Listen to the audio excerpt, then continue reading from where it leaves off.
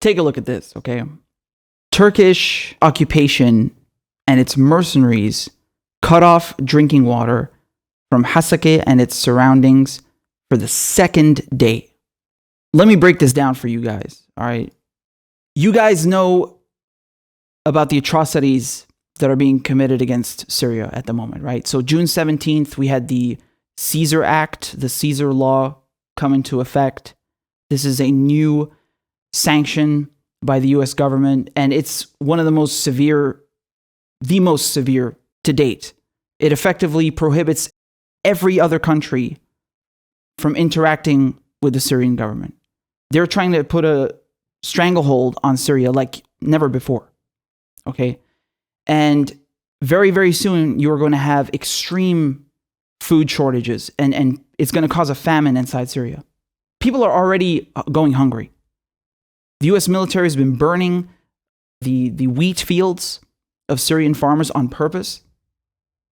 And on top of it, the SDF, the Kurds, what they've been doing, they've decided not to give any more wheat to the Syrian government.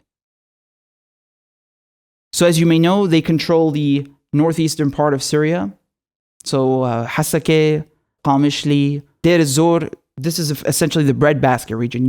You have not just oil, but wheat, cotton, everything. And Syria used to be self-sufficient. Remember that. The Kurds in this region have now decided that they are going to keep all of the wheat. It's theirs. And maybe if there's a surplus, they'll give it to the Syrian government. Let me explain something here. When they say we're not going to give any of the Syrian wheat to the Syrian government, it's the Syrian people, okay? The Syrian government is not going to starve. It's the Syrian people who need the wheat. So they're trying to use this as another bargaining chip. And I mean, it just shows you the complete disdain that they have. I mean, they really just don't care.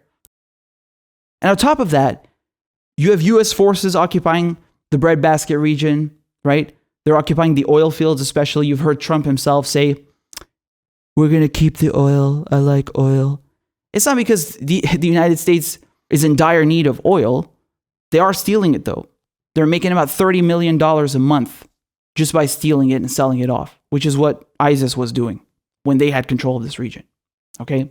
Remember that. So you have the US controlling the oil fields, making sure that the Syrian government has no revenue. 25% of their revenue was from oil. Now they put on the Caesar Act as well. And Turkey comes in now and cuts off the water. Let me just show you one thing. Okay? Take a look at the weather. Do you see the weather? I'll put it into Fahrenheit for you guys. That's the weather right now in al-hasakah. It is scorching hot. It is scorching hot.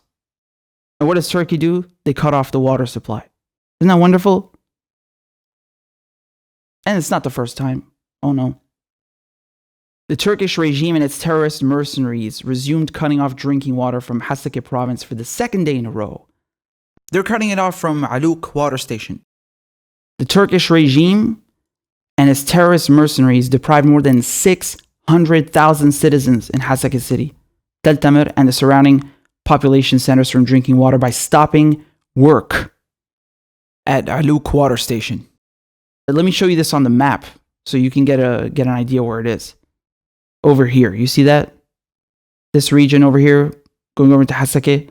Turkish forces took over this region and this water station in November 2019, if I recall correctly. October or November 2019, which is when the US pulled out. You know, one colonizer leaves, another one takes their place. So they took over this water station, and since then, they've cut the water to the population in Syria 6 times. 6 times already. And now they're doing it right in the middle of summer. I mean, I don't even care if they do it in winter. Who are they to come in and take control of a water pumping station inside Syria and then decide who gets to have drinking water? That's terrorism. This is in direct, clear violation of all international law. It's a war crime. You cannot destroy infrastructure, never mind infrastructure that is used to give civilians food and water. This water station gets its supply from the Tigris River, right? And let me show you here as well. So this is from 6th of July. This is just about 2 weeks ago. The US-backed SDF groups continue their arbitrary practices against the locals as they impeded the delivery of bread to Al-Ba'ath's bread facility in the Qamishli city in al-hasakah countryside on Sunday, causing a bread crisis. So this is what I just referred to earlier, right? And I just want to ask you one question, man. I want to ask you a question. All of these actors, Turkey, the United States, and all of these rebels who claim that they care so much about the lives of Syrians, about their well-being, about their human rights, why are they starving them? You're starving them to death and cutting off their water because you care about them? This is disgusting. And they will never report this on the mainstream media. Because it completely shatters the narrative, right? Who's the human rights abuser now? Who's cutting off revenue to the government, stopping them from rebuilding? Who is making sure that Syrians starve because of the Caesar sanctions? Who is making sure that Syrians don't have drinking water? Who is stealing all of their wheat? Who is stealing all of their oil? Who is making sure they can't grow any cotton, they can't grow anything, even though Syria used to be self-sufficient? That's liberation? That's freedom? That sounds like some colonial, imperialist, terrorist shit to me. That's exactly what it fucking is. None of these actors, not a single one, has the interests of the Syrian people at heart. These are the fucking enemies of Syrians. You care about Syrians, so you're going to starve them? You're going to rob them? You're going to fucking steal from them? And call yourself a liberator? The fuck out of here. And this ain't the only thing that Turkey has done, huh? You know damn well that they're occupying Idlib, making sure that 20,000 plus jihadists are essentially protected. They have a safe haven. Many of them have backing and funding from Turkey, from the United States, from the Gulf countries. What is this? Cutting off people's water supply in the middle of summer?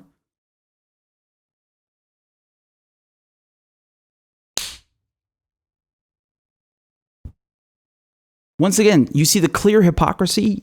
You see the blatant disdain that these actors have towards the Syrian population. They don't give a rat's ass about democracy or human rights or international law. These are the most disgusting hypocrites on the planet. They're nothing but invaders, colonizers, and profiteers. They just have zero respect for Syrian sovereignty. They just come in like they own the place. Erdogan thinks he's still running the Ottoman Empire. No. Nah, Habibi, your 400 years of rule are over. This fucking angers me, man.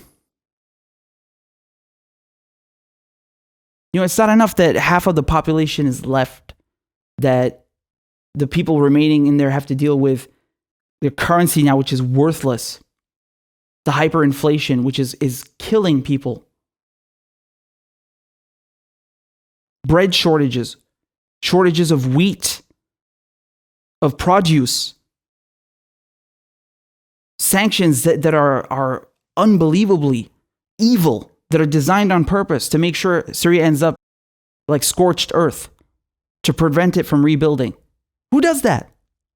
Who does that?